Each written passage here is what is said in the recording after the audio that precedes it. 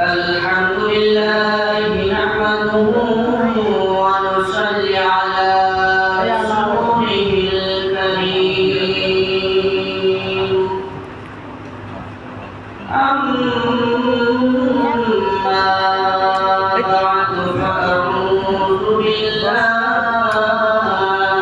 من الشيطان الرجيم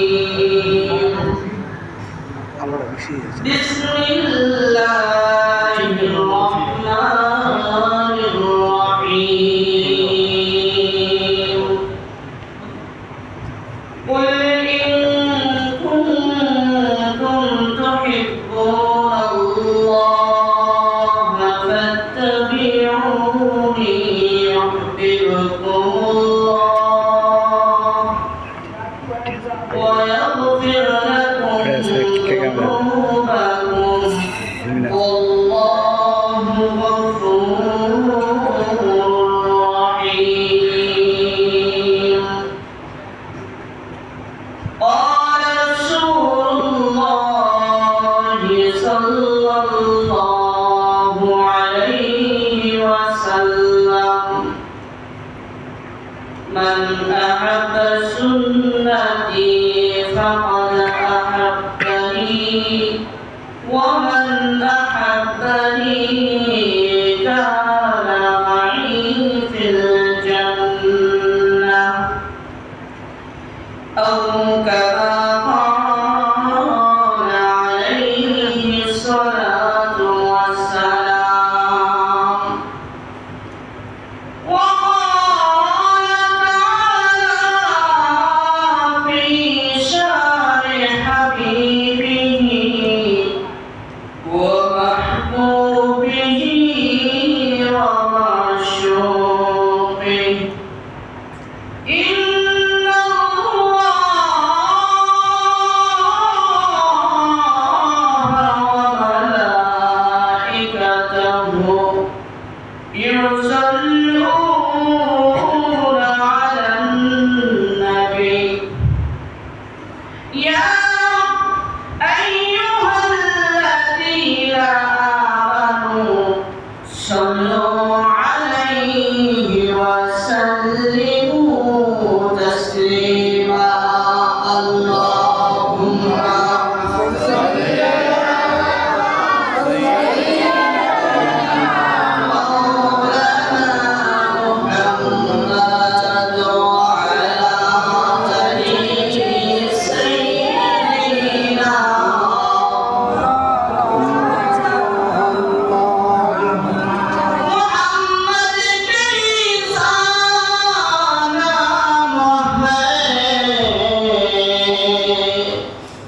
محمد कैसा नाम है जिस नाम पर शहद है वही नाम पर जान देने के लिए तमाम जहान तैयार है अल्लाहुम्मा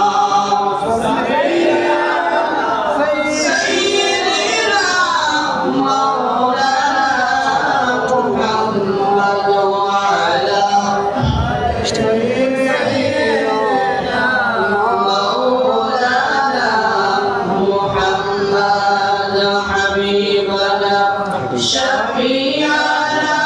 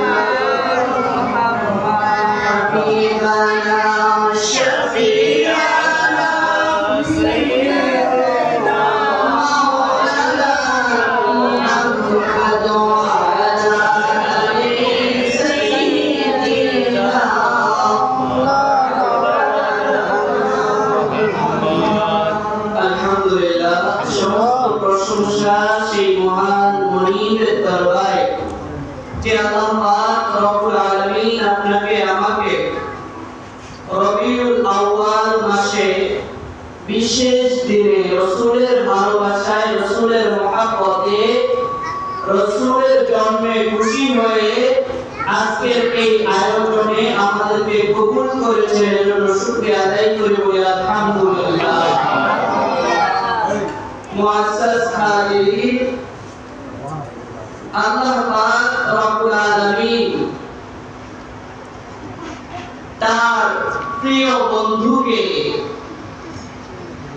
মনোনীত করেছেন, পাঠিয়েছেন আমাদের জন্য এমন একটা সময় যেই সময় মানুষের মানুষত্ব ছিল না, মানুষ ভুলে গিয়েছিল একে অপরের আত্মীয়তার সম্পর্ক। সামান্য থেকে সামান্য একটা জিনিস নিয়ে যদি ঝগড়া চলতো তো এটা বছরকে বছর চলতে থাকতো। এমন এক কোলাহল জীবন চলতেছিল তাদের। আপন কন্যা সন্তানকে জীবিত হত্যা করত, জীবিত মাটির নিচে পুঁতে দিত, গায়ে দিত। এই কঠিন মুহূর্তে মানুষ মানুষের মধ্যে যেমন কোনো সম্পর্ক ছিল না, এই মুহূর্তে আল্লাহ তাআলা দয়া করে মায়া করে যিনাকে পাঠাইলেন তিনি হলেন আমার আপনার সকলের কুল কায়নাতের দৌরানের বাদশা প্রিয় নবী হযরত মুহাম্মদ রাসূলুল্লাহ সাল্লাল্লাহু আলাইহি ওয়াসাল্লাম। এই নবীর জন্ম সম্পর্কে আলোচনা আজকে, এই নবীর মর্যাদা সম্পর্কে আলোচনা আজকে সারা দেশ সারা পৃথিবীতে বিভিন্ন জায়গায় হচ্ছে। প্রিয় নবীর মর্যাদা সকাল থেকে সন্ধ্যা, মাসকে মাস, দিনকে দিন বলে শেষ করা যাবে না। নবী দুনিয়াতে আসার আগে থেকেই নবীর মর্যাদা আল্লাহ তাআলা বাড়াইতেছেন আর শুরু করছেন, বলেন সুবহানাল্লাহ। আমরা সকলে জানি পৃথিবীর সৃষ্টির পরে আল্লাহ পাক রব্বুল আলামিন যে মানুষটাকে প্রথম সৃষ্টি করে দুনিয়াতে পাঠিয়েছেন, পৃথিবীতে পাঠিয়েছেন, এই মানুষটার নাম হযরত আদম। হযরত আদম আলাইহিস সালাতু ওয়াস সালাম আমাদের জাতির পিতা ঠিক কিনা? আমাদের আদি পিতা ঠিক কিনা? আমাদের আদি মুহাম্মদ আদম আলাইহিস সালাতু ওয়াস সালাম জান্নাত থেকে যখন মা হাওয়া আলাইহিস সালাতু ওয়াস সালাম সম্পর্কে যখন দুইজনে জান্নাত থেকে দুনিয়াতে আসলেন, গন্ধম ফল খাওয়ার কারণে, সামান্য কিছু ভুলের কারণে আল্লাহ তাআলা দুনিয়াতে পাঠিয়েছেন। দুজনে মাপ চাওয়া শুরু করলেন। দীর্ঘদিন মাপ চাওয়ার পর আল্লাহ তাআলা যখন তাদেরকে ক্ষমা করেন না, হযরত আদম আলাইহিস সালাতু ওয়াস সালামের মনে পড়ে গেল আরশে রাসূলের কুদসি যে জান্নাতে আদম আলাইহিস সালাম চোখ করেছিল সেই জায়গায় লেখা ছিল লা ইলাহা ইল্লাল্লাহু মুহাম্মাদুর রাসূলুল্লাহ সাল্লাল্লাহু আলাইহি ওয়াসাল্লাম।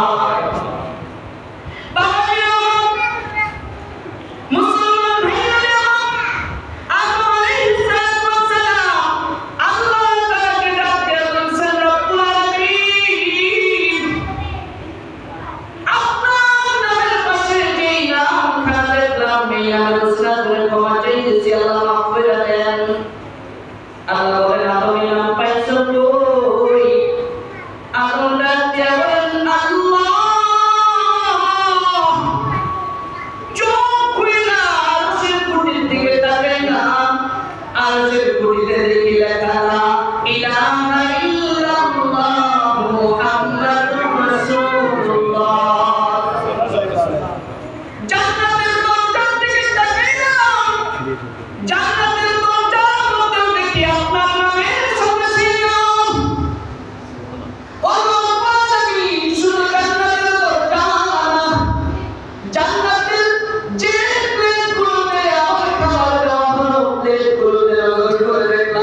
প্রত্যেক প্লেটের মধ্যে আপনার নামের সাথে মুহাম্মাদের নাম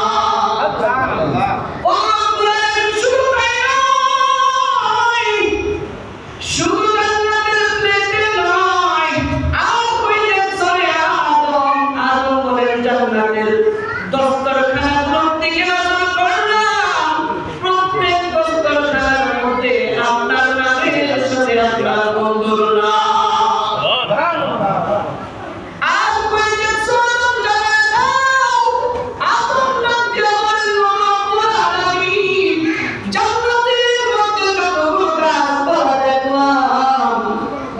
প্রত্যেকটা ডাল প্রত্যেক পাতার মধ্যে আর কেমন নাই প্রত্যেক পাতা এবং প্রত্যেক ডালের মধ্যে আপনার এবং আপনার বন্ধুর নাম আর কই দেখছো আল্লাহর পয়গম্বর আদম আলাইহিস সালাম ডাকে বলেন আল্লাহ গো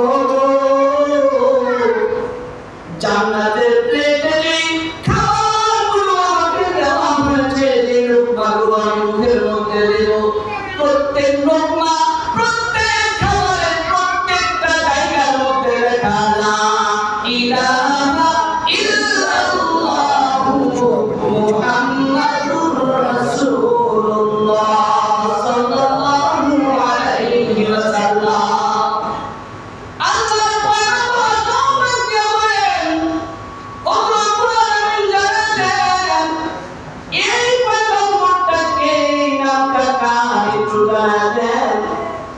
Allah Al-Quran ডাকতে বলো এটা হলো আমার বন্ধু যে বন্ধুকে আমি দুনিয়ার জন্য পাঠাবো এই বন্ধুর পরিচয় দেওয়ার জন্য আমি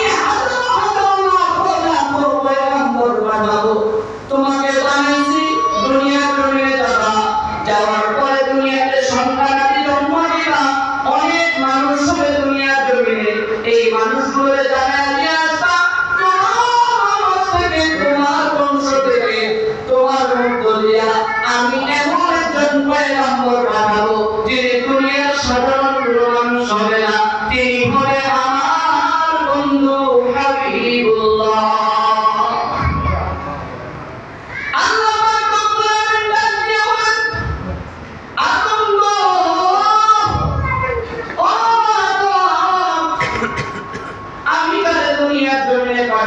তুমি মনে করিও না যে তোমার আমি আগে সৃষ্টি করলাম আগে বানায় রাখছি না তোমার আগে আমি আমার বন্ধুর নূরকে বানায় রাখছি মনে করো না যে তোমার আগে নবী হিসেবে পাঠিয়েছি দেখে তোমাকে নবী হিসেবে আগে বানাইছি না আমার বন্ধুরে আমি আগে বানাইছি সুবহানাল্লাহ। আদম আলাইহিস সালাম কয় ওই বন্ধু কেমন বন্ধু হবে বয়স কত হবে আল্লাহ পাক রব্বুল আলামিনের পয়গম্বরকে একদিন জিবরাইল আলাইহিস আলাইহিস সালাম এসে বলতেছেন, ওগো পয়গম্বর, আপনার বয়স কত? আপনার বয়স কত জানতে চাই। জিবরাইলকে আল্লাহর পয়গম্বর ডাক দিয়ে বলেন, তোমার বয়স কত? আমি তো জানি না আমার বয়স কত। কয় একটা হিসাব করতে পারি, আমি যখন থেকে বোঝা শিখছি জানি একটা তারকা দেখতাম মানুষের আল্লাহর কুরসির পাশে উদিত হইল, এই তারকাটা ৭০,০০০ বছর থাকতো, আবার ৭০,০০০ বছর এটা কোথায় যেন চলে যাইতো, আবার ৭০,০০০ বছর পরে আবার ৭০,০০০ বছর থাকতো। এইভাবে আমি ৭০,০০০ বার দেখছি। বলেন না সুবহানাল্লাহ। জিবরাইল, যে তারকাটাকে তুমি দেখেছো, যে আলোটাকে তুমি দেখেছো, এটা কি চিনো তুমি? এটা কি? বলে না, এটা তো রাসূল, আমি চিনি না। বলে এটাই হলাম আমি নবী মুহাম্মদুর রাসূলুল্লাহ সাল্লাল্লাহু আলাইহি ওয়াসাল্লাম। মুহাম্মদুর রাসূলুল্লাহ সাল্লাল্লাহু আলাইহি ওয়াসাল্লাম দুনিয়াতে আসার আগে অনেক অলৌকিক ঘটনা ঘটেছেন, যেগুলো এক রাতে বলে শেষ করা যাবে না। তবে আল্লাহর নবী দুনিয়ায় আসার আগে আল্লাহর নবীর মায়ের গর্ভে যখন ছিলেন, আল্লাহর নবীর মা তখন আল্লাহর নবীর দাদা ডাক দিয়ে বলতেছেন, আল্লাহর নবীর মাকে, বৌমা এদিকে আসো। কি সমস্যা? দাদা ডাকলেন যে, কয় শুনলাম এলাকার লোকজন বলতেছে আমার ছেলে তো মারা গেছে, তুমি বিধবা হয়ে গেছো। এলাকার লোকজন বলতেছে এই এলাকার, এই সমাজের আমাদের নিয়ম নীতি হলো কোন স্বামী যদি মারা যায়, স্ত্রীরা কখনো এরকম স্ত্রীরা সুগন্ধি ব্যবহার করতে পারবে না।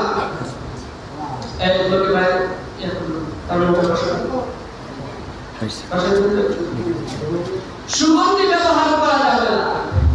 তো আশপাশের লোকেরা ডাক দিয়া বলে যে, বৌমা কেন সুগন্ধি ব্যবহার করো? আমাকে বদনাম করে বলে আপনার বৌমা যে সুগন্ধি ব্যবহার করে, আপনার ছেলে মারা গেছে, এগুলো কেন ব্যবহার করে একটু জানে নিয়ে। আল্লাহর নবীর দাদার নাম জানি কি? Abdul Muttalib. আব্দুল মুত্তালিব ডাক দিয়ে বলে, বৌমা তুমি আমার একটা আশ্চর্য লাগে। বলে কি আশ্চর্য বাবাজান? বলে তুমি যে আতরটা মাখো, এই আতরের এত সুন্দর সুঘ্রাণ, আমি তো এই খানায় কাবার মুদ্দা বলি, আমাকে কত মানুষ কত ধরনের আতর উপহার দেয়, এই হুজুরদেরকে দেয় না? তিনি খানায় কাবার মুদ্দা বলি, দেশ বিদেশ থেকে লোকজন কাবা শরীফ দেখতে যায়, তখন তো যাইতো কত মানুষ কত হাতিয়া নিয়ে আসে, কত মানুষ কত সুগন্ধি নিয়ে আসে। এমন কোন দেশ নাই যেই দেশের সুগন্ধি আমার ঘরের মধ্যে নাই। বলেন না সুবহানাল্লাহ। এমন কোন রাজা নাই মুসলিম ওই সময়কার, ওই জামানার যেই জন্মের যেই গোত্রের ছিল, যারা খানায় কাবাকে তাওয়াফ করত, যে আব্দুল মুত্তালিবের জন্য হাদিয়া নিয়ে আসতো না। কই সবাই তো আতর গোলাপ হাদিয়া নিয়ে আসে, কিন্তু বৌমা একটা আশ্চর্যের বিষয় হলো, তুমি যে সুঘ্রাণ, যে আতরটা ব্যবহার করো, আজও পর্যন্ত এই সুঘ্রাণ আর এই আতরের সেন্ট আমার নাক পর্যন্ত পৌঁছে যায়। বৌমা বলে না, এই আতর কই পাইছো? এত সুন্দর সুঘ্রাণ তুমি কই পাইছো? কে তোমাকে এই আতর উপহার করলো? কে তোমাকে গিফট করলো? একটু জানায় দাও। আল্লাহর পয়গম্বরের আম্মা জান চোখের পানি ছেড়ে দিয়ে বলেন, শ্বশুর আব্বা, আমি নিজেও জানি না যেদিন থেকে আপনার সন্তান আব্দুল্লাহর ঔরস জান আমার গর্ভে ধারণ করলাম, ওই দিন থেকে কেমন জানি সব উল্টা পাল্টা হয়ে যাইতেছে, আমি কিছুই বুঝতে পারি না। বলে কেমন? বলে ওই দিন থেকে আমি যখন মুখ থেকে থুতু নিক্ষেপ করি, থুতু থেকে সুঘ্রাণ বের হওয়া শুরু হয়ে যায়। ওই দিন থেকে আমার শরীর থেকে যখন ঘাম বের হয়, এর আগে ঘাম বের হইলে দুর্গন্ধ হইতো, পচা ঘাম বের হইতো, কিন্তু এখন থেকে কেন জানি শরীরের প্রত্যেকটা ঘামের ফোঁটা যেন কেমন সুঘ্রাণে ঘ্রাণিত হয়ে যায়।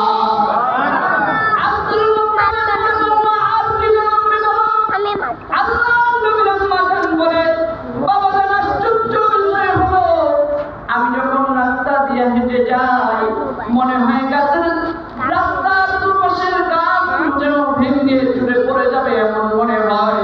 আমি ভয় পেয়ে যাই। গাছগুলো মাথা নিচু করে আওয়াজ করে কে যেন বলতে থাকে, আমি কান লাগায় শুনি। সালাম দেয়, আসসালাতু আসসালামু আলাইকা ইয়া রাসূলুল্লাহ, আসসালাতু আসসালামু আলাইকা ইয়া হাবিবাল্লাহ। সুবহানাল্লাহ। আমার মাঝে মধ্যে বলে, বিশ্ব নবীর আম্মা, প্রিয় নবীর আম্মা, দু জাহানের বাদশার আম্মা আপনাকে সালাম। সুবহানাল্লাহ। কয় শুধু তাই নয় আব্বাজান, আমি যখন নদীর পাশ দিয়ে যাই, পানির পাশ দিয়ে যাই, যে জায়গার মধ্যে মাছ আছে আর পুকুরে মাছগুলো থাকে না, নদীতে মাছগুলো থাকে না, বলে কি হয়? বলে আমি যেদিক দিয়ে যাই সমস্ত মাছগুলো যেন সমুদ্রের কিনারে চলে আসে, আইসা আমাকে সালাম দেয়, আমি ভয় পেয়ে যাই। নবীর মুআজিজা বলে শেষ করা যাবে না। আল্লাহর নবী এরকম মুআজিজাপূর্ণ আসার আগে থেকেই শুরু হয়েছে। ওই নবী সম্পর্কে আজকে আলোচনা। প্যারে হাজরিন, ওই নবীর ভালোবাসা আমাদের আপনাদের প্রত্যেকের দিলের মধ্যে লালন করা দরকার। যে নবী আমার আপনার জন্য দুনিয়াতে আসার পরে যেই নবীকে মাছে সালাম জানাইলো, গাছে সালাম জানাইলো, নবীকে কুল কায়নাতের পশু পাখিরা সালাম জানাইলো, ওই নবী আমাদের জন্য কত কষ্ট করলেন, ওই নবী আমাদের জন্য মায়ের খাইলেন, মাথা থেকে রক্ত ঝরাইলেন। আমরা সেই নবীর উম্মত হয়ে নবীজিকে সালাম জানানোর জন্য মক্কা মদিনায় যাওয়ার নিয়ম করতেও পারি। চোখে কোনোদিন অস্ত্র আসে না, চোখে পানিও আসে না, কোনোদিন দুই রাকাত নামাজ পড়ে বলতে পারলাম না রব্বুল আলামিন যেই নবী এত কষ্ট আমাদের জন্য করলো, ওই নবীর রওজা মুবারকে যায় একবার সালাম দেওয়ার সুযোগ করে বলিও না। অথচ আমার আপনার পয়গম্বর আমাদের জন্য কেমন কান্না করছেন। 3 দিন হয়ে যায় বিশ্ব নবী মুহাম্মদুর রাসূলুল্লাহ সাল্লাল্লাহু আলাইহি ওয়াসাল্লাম দু জাহানের বাদশা নবীকে খুঁজে পাওয়া যায় না। সাহাবীরা বেকুল হয়ে গেছে। 3 দিন পর্যন্ত নবীর কোনো খোঁজ নাই, আল্লাহর নবীর কোনো খোঁজ খবর পাওয়া যায় না। আবু বকর ওমর চলে গেলেন, আবু বকর ওমর চলে গেলেন আবু জাহেলের বাড়িতে। ডাক দিয়ে বলেন, আবু জাহেল। আবু বকর নরম মনের মানুষ ছিলেন। আবু বকর ডাক দিয়ে বলতেছে, আবু জাহেল, তুমি তো আমাকে চিনো, আমি আজকে 3 দিন থেকে কোনো খাবার দাবার খাইতে পারতেছি না। আমি তোমাকে সোজাভাবে বলে দিতে চাই, যদি মুহাম্মদকে তোমরা হত্যা করে ফেলো, শহীদ করে ফেলো, তাহলে তার লাশটা আমাদের কাছে পৌঁছায় দাও। আর যদি তুমি এতে বেঁচে থাকে, তাহলে তাকে সশরীরে আমাদেরকে সুন্দরভাবে ফেরত দাও। হযরত ওমর পাশ থেকে ডাক দিয়ে বলেন, আবু বকর ভাই, আবু জাহেল যে সোজা কথায় কাজে দিবে না।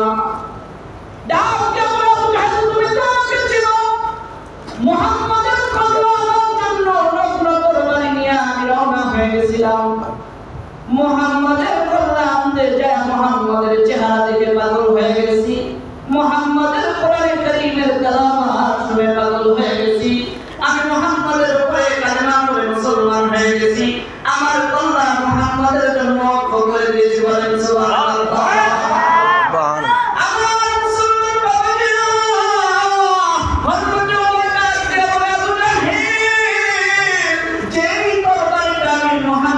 কল্যাণ দেখেছিলাম, ওই তরবারি না বানায় দেই, তোমাকে 24 ঘন্টা সময় দিলাম।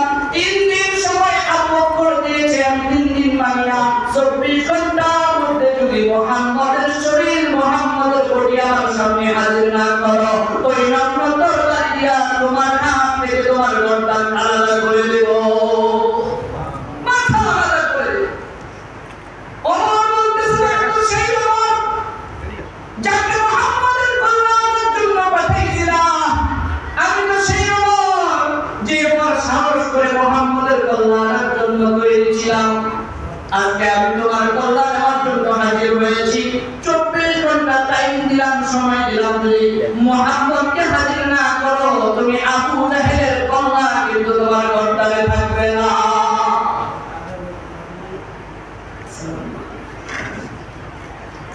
তো আবু জাহেল কি বলে শুনেন?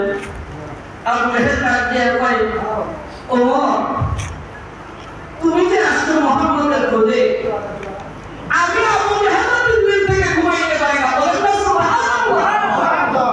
আমার 3 দিন থেকে খাওয়া ভালো লাগে না, ঘুমও ভালো লাগে না, ঘুমাইতে পারি না। ওমর ডাক দিয়ে কয়, আবু জাহেল তুমি কেন 3 দিন থেকে ঘুমাইতে পারো না?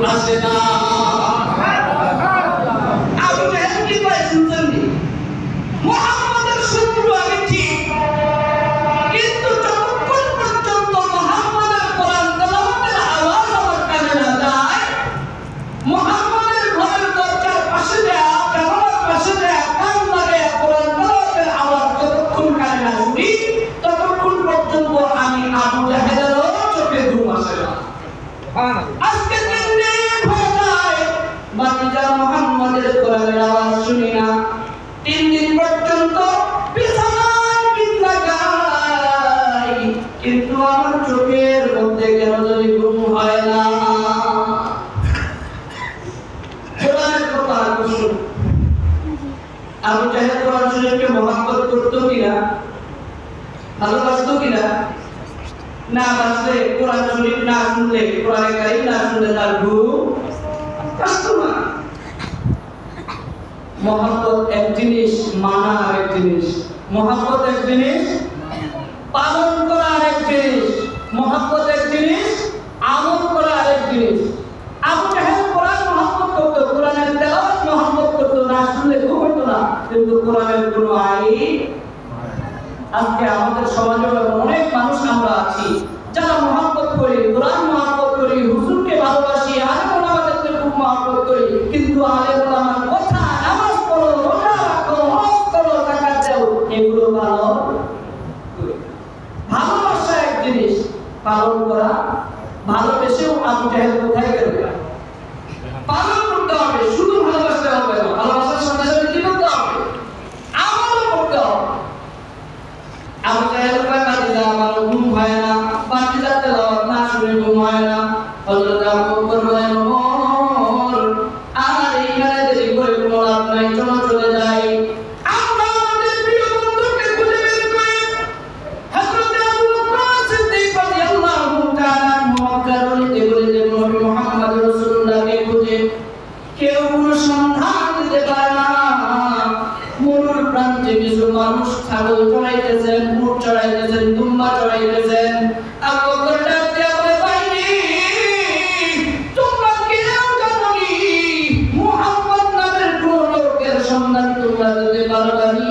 যে মানুষটা এরকম জুব্বা পরা, এরকম পাগড়ি পরা, এরকম মানুষটা সুন্দর চেহারার অধিকারী, ওই মানুষটা তোমরা দেখছো নি? রাখালদের মধ্যে একজন ডাক দিয়া বলে, তোমরা কার কথা বলতেছো? কোন মুহাম্মাদের কথা বলতেছো? মুহাম্মদ নামের কোন ব্যক্তিকে আমরা চিনি না, তবে একটা সন্ধান, একটা সুযোগ, একটা তোমাদেরকে কথা বলে দিতে পারি।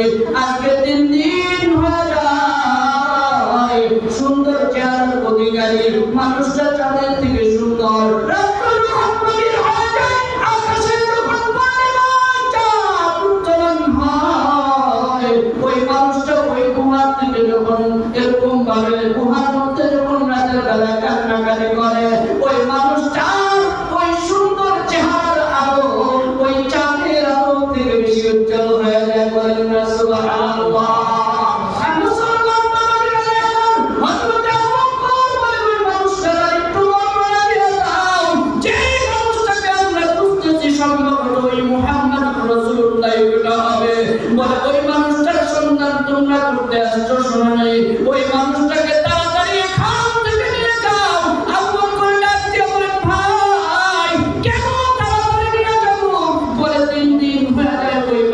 যখন এই রাস্তা দিয়ে যায়, আমাদের উটের পালগুলো, ছাগলের পালগুলো, দুম্বার পালগুলো ওই মানুষটাকে দুই পাশে সাইড দিয়ে মাঝখানে রাস্তা করে দিয়েছে। আর ওই রাস্তার দিকে তাকায়া তাকায়া তাকায়া তাকায়া আছে। আজকে 3 দিন হয়ে যায়, এই পাশের উটগুলো ওই পাশে যায় না, ওই পাশের ছাগলগুলো এই পাশে আসে না, মাঝখানে রাস্তা রাস্তা হয়ে আছে। একটা উট বকরি পর্যন্ত কোনো খাবার খায় না। ওই মানুষটার কান্নার আওয়াজ উট বকরি আমার এই দুম্বাগুলো কান দিয়ে শুনে থাকে আর তাকায় থাকে। এক বিন্দু পানি আজকে 3 দিন পর্যন্ত এই উটগুলোকে খাওয়াইতে পারলাম না, এক লোকমা খাবার উটগুলোর পেটের ভিতরে ঢুকাইতে পারলাম না। 3 দিন থেকে আবার এই উটগুলো না খাওয়া অবস্থায় আছে। আর কয়েকদিন যদি এভাবে চাইতে থাকে, আমাদের উট বকরি দুম্বাগুলো এখানে ঘরে না শেষ করা যাবে। সুতরাং তোমার হাতে পায়ে ধরে ভাই, তোমরা কে কোথায় থেকে আসছো জানি না, ওই লোকটাকে এখান থেকে নিয়ে যাও।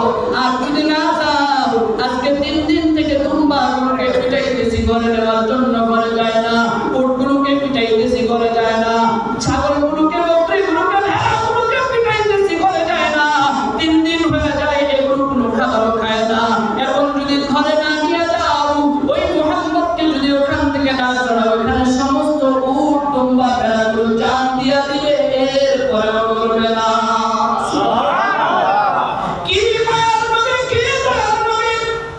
পশু পাখিগুলো পর্যন্ত আপনার পয়গম্বরকে চিনলো, কিন্তু আমরা মানুষ নবীজিকে চিনলাম না। বাজারে আমার খুব মনোযোগ। আল্লাহর পয়গম্বর ওখানে কেন আছেন কয়েক মিনিট পরে শেষ করে দেব। আল্লাহর পয়গম্বর এই জায়গার মধ্যে আছেন। হযরত আবু বকর ডাকতে বললেন, আমার ভাই, হয়তো ভাই এই জায়গার মধ্যে যে মানুষটার কথা তারা বলতেছে, এই মানুষটা নবী মুহাম্মদ রাসূলুল্লাহ সাল্লাল্লাহু আলাইহি ওয়াসাল্লাম ছাড়া আর কেউ হবে না। আমাকে নিয়ে যাও, আমি এই শরীরকে স্থির রাখতে পারতেছি না। ওই নবী মুহাম্মদ রাসূলুল্লাহ সাল্লাল্লাহু আলাইহি ওয়াসাল্লাম 3 দিন থেকে ওই গুহার মধ্যে কান্নাকাটি করতেছে। ওমর গো, আমাকে একটু ওই গুহার কাছে ধরে নিয়ে যাও। হযরত আবু বকরকে হযরত ওমর ধরে নিয়ে গেল। যাওয়ার পরে দেখে আল্লাহর নবী সাল্লাল্লাহু আলাইহি ওয়াসাল্লাম চেহারা স্পষ্ট বোঝা যায় না, সিজদার মধ্যে মাথা দিয়ে আছেন, সিজদার মধ্যে সিজদারত অবস্থায় কান্নাকাটি করেন। আল্লাহর পয়গম্বরের প্রথম খলিফা হযরত আবু বকর ডাক দিয়ে বলে, আমাকে একটু সুযোগ দাও। আল্লাহর পয়গম্বরের 3 দিন থেকে না খাওয়া, শরীর দুর্বল, আওয়াজ বের হয় না, কিন্তু গুনগুন আওয়াজ করে কি যেন কয়। আমি একটু কান লাগায় শুনতে চাই। হযরত আবু বকর সিদ্দিক আকবর, হযরত নবী করিম সাল্লাল্লাহু আলাইহি ওয়াসাল্লাম সিজদারত অবস্থায়, ওই অবস্থায় হযরত আবু বকর কান লাগায়।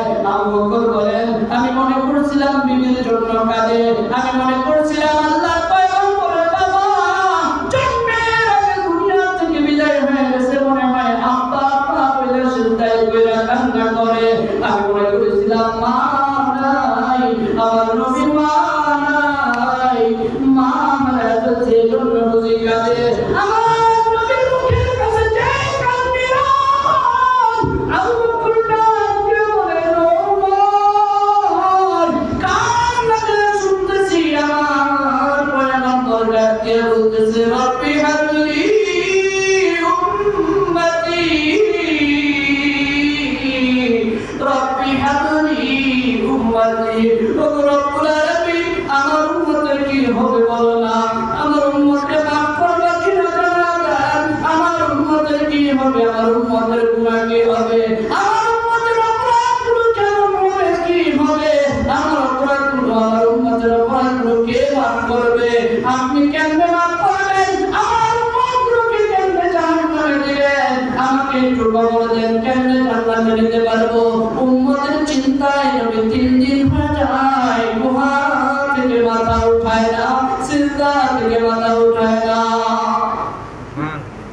আবু বকর ডাক দিয়ে বলেন, পয়গম্বর, মাথা উঠান, আমি আপনার ওই সঙ্গী আবু বকর, যে আপনার জন্য পাগল পারা সর্বপ্রথম মুসলমান হয়েছি, একবার বলাতে আপনি একবার বলেছেন আমি কালেমা পড়ে মুসলমান হয়ে গেছি, সেই থেকে আপনার সাথে আছি, সেই থেকে আপনার বন্ধু হয়ে গেছি।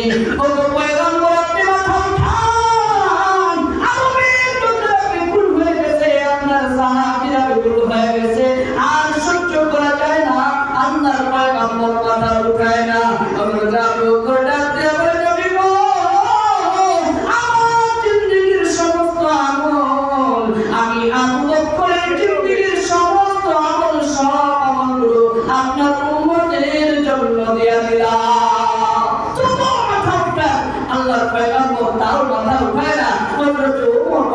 আমি একটু চেষ্টা করি ভাই, তুমি একটু দাঁড়াও, আমি একটু পয়গম্বরকে বলি পয়গম্বর উঠে কিনা। হযরত ওমর ডাক দিয়ে বলেন, ওগো পয়গম্বর, আমি তো আপনার সেই সাহাবী যে আপনার কল্যাণ নেওয়ার জন্য গেছিলাম, আর আজকে আপনার চেহারা দেখা এমন বিকুল হয়ে গেছি, আমি আমার নিজের কল্যাণ আপনার জন্য যেতে প্রস্তুত হয়ে গেছি।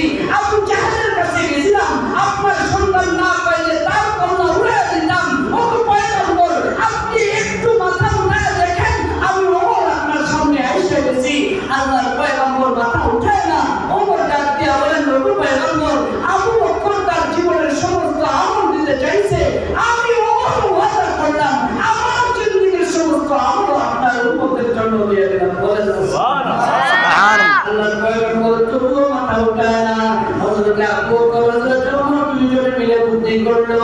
আল্লাহর পয়গম্বর মাথা উঠাবে না। বলে কেন উঠাবে না? যতক্ষণ পর্যন্ত না আল্লাহর পয়গম্বরের নাতি হাসান ও হুসাইন যতক্ষণ না আসবে, আল্লাহর পয়গম্বরকে সিজদা থেকে উঠানো সম্ভব না। সুবহানাল্লাহ। আল্লাহর পয়গম্বরের নাতিরা না আসলে উঠানো যাবে না। হযরত আবু বকর রওনা হয়ে গেছেন, পরিবর্তে হযরত আলীও বেকুলের মতো খুঁজতেছেন। হযরত আলী ডাক দিয়ে কয়, ভাই আবু বকর, আমার শ্বশুরের কোনো সন্ধান পাইছনি? নবী মুহাম্মদের কোনো সন্ধান পাইছনি? কই আছে, কোথায় আছে, কেমন সংবাদ, কি সংবাদ, এই খবরটা জানানো যায়নি? হযরত আবু বকর বলে, ভাই কান্নাকাটি করে কোনো লাভ নাই। হযরত আলী বলেন, ভাই আবু বকর কান্নাকাটি করে কোনো লাভ নাই। আমার শ্বশুর কি মারা গেছেন, দুনিয়া থেকে চলে গেছেন, ইন্তেকাল করেছেন, কেউ শহীদ করে দিয়েছেন, তার নাম বলে হত্যা করে আসবো, জান নিয়ে খেলা করবে, মুহাম্মদের জান নিবে, এটা সহ্য করা যায় না। আবু বকর ডাক দিয়ে বলতেছে, আলী রে, তোমার শ্বশুরের কেউ জান নেয় নাই, তোমার শ্বশুরকে কেউ হত্যা করে নাই। তোমার শ্বশুরকে দেখে আসতাম সালা পাহাড়ের উপরে, সালার উপরে গুহার মধ্যে বৈশা উম্মতের পায়ে কাঁদে। হযরত আলী ডাক দিয়ে আমার নিয়ে যান, আমি যাইতে চাই, আমি আমার শ্বশুরকে উঠায় নিয়ে আসবো। আবু বকর ডাক দিয়ে বলে, আরে যায় কোনো লাভ নাই, আমি আবু বকর জিন্দেগীর সমস্ত আমল উম্মতের জন্য দিয়া দিলাম। যে আবু বকরের ব্যাপারে বলা হয়েছে, যে আবু বকরের এক রাতের ইবাদত তাম পৃথিবীর সমস্ত মানুষের ইবাদত যদি একসাথে করা হয়, আবু বকরের এক রাতের ইবাদতের সমান হবে না। হযরত ওমর ডাক দিয়ে বলে, জানাম নাই। বলে কেন? বলে আমি ওমরের সমস্ত নেকিগুলো দিয়ে দিতে চাইলাম, পয়গম্বর মাথা উঠায় না। আমি সেই ওমর, যে ওমরের ব্যাপারে আল্লাহর পয়গম্বর বলেন, আল্লাহর নবীর স্ত্রী আমাদের আম্মা জান আয়েশা সিদ্দিকা রাদিয়াল্লাহু তাআলা আনহা আকাশের তারাগুলো বলতেছেন 1 2 3 4 12 14 18 16 1 কোটি 1 লক্ষ গুনতেছেন। আল্লাহর পয়গম্বর ডাক দিয়ে বলেন, আয়েশা রে, কি গুনতেছো, কি গুনো? বলে আকাশের তারকাগুলো গুনতেছি। পয়গম্বর ডাক দিয়ে বলেন, আয়েশা, আকাশের তারকাগুলো কি শেষ করা যায়? কখনো শেষ করা যাবে না। আম্মা জান আয়েশা বলেন, আমিও জানি শেষ করা যাবে না। তবে আপনার কাছে জানতে চাই, আপনি জানাই দেন, এই আকাশের যত তারকা আছে, এই তারকার সমান পরিমাণ বা এর থেকে বেশি আমল কার আমলনামায় আছে? আল্লাহর পয়গম্বর ডাক দিয়ে বলেন, আয়েশা রে, এই আকাশের যত তারকা দেখতেছো, এর থেকে বেশি আমল হযরত ওমরের আছে। সুবহানাল্লাহ। কান্না আরো বেড়ে গেলেন। আয়েশা রাদিয়াল্লাহু তাআলা যখন কান্না করেন, আল্লাহর নবী জিজ্ঞাসা করেন, আয়েশা কান্নার কারণ কি? আমি বুঝতে পারছি। বলে কেন কাঁদতেছি বলেন? বলে আমার আপনি কান্না করতেছেন, আপনার আব্বু আবু বকরের নাম বলে নাই, এজন্য আপনি কান্না করতেছেন। তবে শুনে রাখেন, আপনার আব্বুর এক রাতের আমল হযরতে ওমরের পুরা জিন্দেগীর আমলের থেকেও বেশি। হযরতে ওমর বলছেন, আকাশের তারকা সমতুল্য আমল আমি সব উম্মতের জন্য দিয়ে দিলাম। এরপর রাসূল মাথা উঠায় না, এরপরে বুঝে গেলাম রাসূলের নাতি যতক্ষণ পর্যন্ত না আসবে, রাসূলের আম্মা মা ফাতিমা যতক্ষণ না আসবে, এতক্ষণ পর্যন্ত পয়গম্বর মাথা উঠাবে না।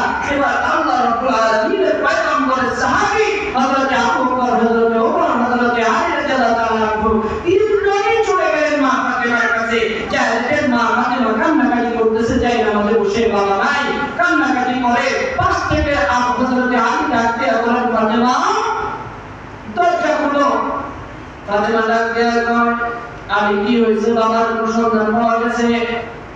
হযরত আলী ডাক দেয়া, ফাতিমা বলে দরজা খুলে কথা বলে আর কোনো কথা বলতে পারে না, শুধু ঠোঁট কাঁপাকাঁপি শুরু করছে, চোখ দিয়া পানি পড়তেছে। মা ফাতিমা ডাক দেয়া বলেন, ও প্রাণের স্বামী, আমার বুঝে আসে গেছে, আমার বাবা বুঝে দুনিয়া জমিনে নাই।